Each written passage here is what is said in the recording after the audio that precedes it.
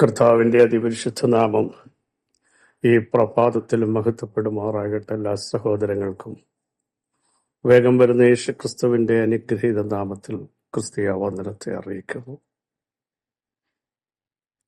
ഓരോ ദിവസവും കൃപയിൽ നമ്മെ നടത്തുന്ന ദൈവത്തിന് നന്ദി നിറഞ്ഞ ഹൃദയത്തോടെ സ്തോത്രം ചെയ്യാം. ഞാനോ യഹോവയ്ക്കായി കാത്തിരിക്കും, അല്ലെങ്കിൽ ഞാനോ യഹോവയെങ്കിലേക്ക് നോക്കും. എനിക്ക് രക്ഷ തരുന്നൊരു ദൈവമുണ്ട്, ആ ദൈവത്തിനായി കാത്തിരിക്കും. അടുത്തത് ഉറപ്പായി പറയുക, യഹോവയായ കർത്താവ് എൻ്റെ പ്രാർത്ഥന കേൾക്കും. നമുക്കൊരു പ്രാഗൽഭ്യം ഇന്ന് പ്രഭാതത്തിൽ ഉണ്ടാവണം. എൻ്റെ പ്രാർത്ഥന ദൈവം കേൾക്കും. എൻ്റെ പ്രാർത്ഥന തള്ളിക്കളയാതെയും യാചന എടുത്തു കളയാതെയും ഇരിക്കുന്ന ദൈവം വാഴ്ത്തപ്പെടുമാറാകട്ടെ. എൻ്റെ പ്രാർത്ഥന ദൈവം കേൾക്കുമെന്ന് നമ്മൾ ദൈവമായിട്ടുള്ള ബന്ധത്തിൻ്റെ ഒരു ആഴമാണത് കാണിക്കുന്നത്. ഞാൻ പറഞ്ഞാൽ അപ്പൻ കേൾക്കും, അല്ലേ? യോശുവ ദൈവത്തോട് സംസാരിച്ചിട്ട് അവിടെ അങ്ങനെ എഴുതി, സൂര്യ നീ ഗിബെയോനിലും ചന്ദ്ര നീ അയ്യനോൽ താഴ്വരയിൽ നിൽക്കാൻ പറഞ്ഞപ്പോൾ പ്രകൃതി ശക്തികൾ രണ്ട് സ്ഥലങ്ങൾ നിശ്ചലമായി നിന്നത്. ആ മനുഷ്യൻ പറഞ്ഞാൽ ദൈവം കേൾക്കും.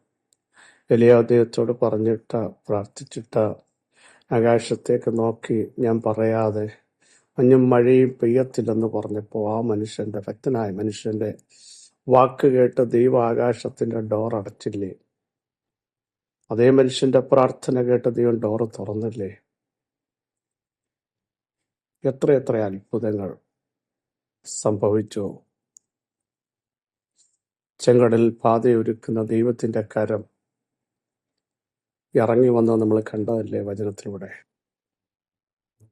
നിൽക്കാൻ പറ്റാത്ത സമയത്ത് ഒഴുക്കിക്കളയുമെന്ന് പറഞ്ഞ് യോർദാൻ കരകവിഞ്ഞൊഴുകിയപ്പോഴും അഭിഷേകമുള്ള പുരോഹിതന്മാരുടെ കാലിന്റെ സ്പർശനം വെളിപ്പെട്ടപ്പോൾ യോർദാൻ വന്നിടത്തേക്ക് തിരിഞ്ഞുപോയില്ലേ സഹോദരങ്ങളെ? അങ്ങനെയെങ്കിൽ ഇന്നും നമുക്ക് ദൈവത്തിന് നന്ദി പറയാം. ആ ദൈവത്തിന്റെ മുമ്പാകെ നമുക്ക് സമർപ്പിക്കാം. അവിടുന്ന് നല്ലവനല്ലോ, അവിടുത്തെ ദയ എന്നേക്കുമുള്ളതെന്ന് പറയാൻ ദൈവം നമ്മെ എല്ലാം ഇടയാക്കട്ടെ. എല്ലാവർക്കും ഒന്ന് സ്തോത്രം ചെയ്ത് ദൈവത്തെ മഹത്വപ്പെടുത്താം. ദൈവത്തിന്റെ പാദപീഠത്തിങ്കിലേക്ക് നമുക്കൊന്ന് സമർപ്പിക്കാം. അത്ഭുതങ്ങളുടെ പരമ്പരകളല്ലേ കഴിഞ്ഞ നാളുകൾ ദൈവം ചെയ്തു. നമ്മൾ നോക്കൂ, ഒഴുകി പോകേണ്ട സമയങ്ങൾ നിലംപരിചായെന്ന് ലോകം പറഞ്ഞപ്പോൾ, ഇനി എഴുന്നേൽക്കത്തില്ല ദുർവ്യാധി പിടിച്ചെന്ന് പറഞ്ഞപ്പോഴൊക്കെ ദൈവം നമ്മളെ പുറത്തു കൊണ്ടുവന്നില്ലേ? കുടുംബക്കാരും കൂട്ടുകാരും നാട്ടുകാരും നാനാ വ്യക്തികൾ നമുക്കെതിരെ ശക്തമായ വെല്ലുവിളികൾ ഉന്നയിച്ചപ്പോഴും നമ്മുടെ പടകിന്റെ നായകൻ മുരക്കാരൻ കാറ്റെ അടങ്ങൂ കടലെ ശാന്തമാകുമെന്ന് പറഞ്ഞപ്പോൾ തിരകൾ അടങ്ങിയില്ലേ? അങ്ങനെയെങ്കിൽ ധൈര്യത്തോടെ ഇന്ന് ദൈവത്തിന് സ്തോത്രം ചെയ്യണം. ദൈവത്തിന്റെ കൃപകളെക്കുറിച്ച്, ദൈവത്തിന്റെ ശക്തികളെപ്പറ്റി, ദൈവത്തിന്റെ ബലത്തെപ്പറ്റി ശക്തിയോടെ വിളിച്ചു പറയാൻ നമുക്കിടയാവണം. നമ്മെ മൊത്തം അറിയുന്ന ഒരു ദൈവം, ഇരിക്കുന്നത് അറിയുന്ന, നിൽക്കുന്നത് അറിയുന്ന, കിടക്കുന്നത് അറിയുന്ന, അതിലുപരി നമ്മുടെ നിരൂപണങ്ങൾ, ചിന്തകൾ, അതിൻ്റെ ആഴങ്ങൾ, വേദനകൾ, സങ്കടങ്ങൾ, അതിൻ്റെ ആഴം മറ്റാർക്കും അറിയില്ല. കൂടപ്പുറപ്പുകൾക്കറിയില്ല, കൂട്ടുകാർക്കറിയില്ല. പക്ഷെ അറിയാവുന്ന ഒരുവൻ പറയുന്നു. ദൈവത്തിൻ്റെ നിരൂപണങ്ങൾ ദൂരത്ത് നിന്ന് ഗ്രഹിക്കുന്ന ഒരേ ഒരുവൻ നമ്മുടെ കർത്താവ് മാത്രമാണ്. അവിടുത്തെ മുൻപാകെ നമുക്കൊന്ന് ഏൽപ്പിക്കാം. കർത്താവേ, നിരൂപണം അറിയുന്ന ദൈവത്തിന് നമ്മുടെ വിഷയങ്ങൾ അറിയാൻ കഴിയില്ലേ? നമ്മുടെ തലമുറകളെ അറിയാൻ കഴിയില്ലേ? ആഴമായി ആഴമായി ആഴമായി ഇന്ന് പകലും പരിശുദ്ധാത്മാവ് ചിലരോട് സംസാരിക്കുന്നു.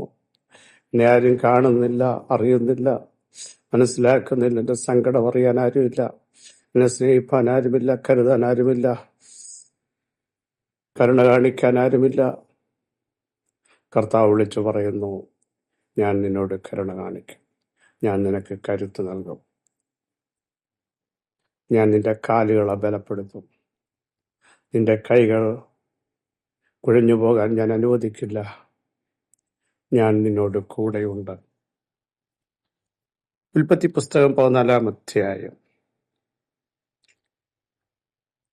അതിൻ്റെ 22-ാം വാക്യം സുപരിതമാണെന്ന്. അതിന് അബ്രാം സൊദോം രാജാവിനോട് പറഞ്ഞത്, ഞാൻ അബ്രാമിനെ സമ്പന്നനാക്കിയെന്ന് നീ പറയാതിരിപ്പാൻ ഞാനൊരു ചരടാകട്ടെ, ചെരുപ്പിന്റെ വാറാകട്ടെ, നിനക്കുള്ളതിൽ യാതൊന്നും എടുക്കയില്ല എന്ന്.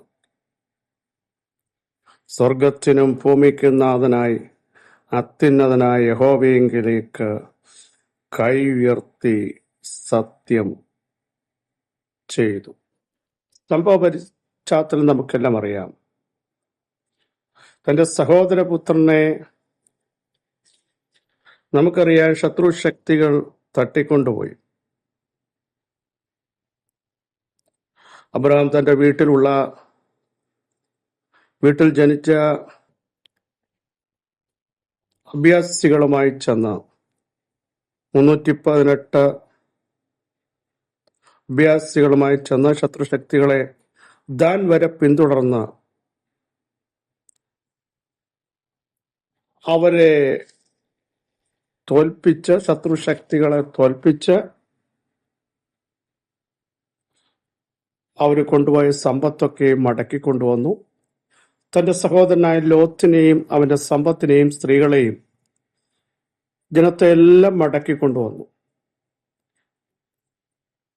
സകല അധികാര ശക്തികളെയൊക്കെ അവർ തോൽപ്പിച്ച് മടങ്ങി വന്നപ്പോ മൽക്കീസദേക്ക് രാജാവ് അപ്പവും വീഞ്ഞും കൊണ്ടുവന്ന് അവരെ എതിരേൽക്കുകയാണ്.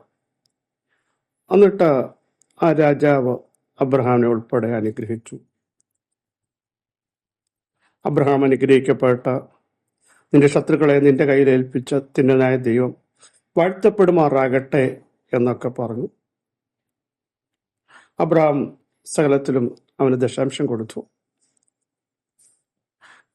സോദോം രാജാവ് അന്നേരം ഒരു കാര്യം അബ്രഹാമിനോട് പറയുകയാണ്, നീ ആളുകളെ എനിക്ക് തരിക, സമ്പത്തൊക്കെ നീ എടുത്തുകൊള്ളാൻ പറഞ്ഞു. അതിനാണ് അബ്രഹാം പറഞ്ഞ പ്രസ്താവന, ഞാൻ അബ്രഹാമിനെ സമ്പന്നനാക്കിയെന്ന് പറയാതിരിക്കേണ്ടതിനാൽ.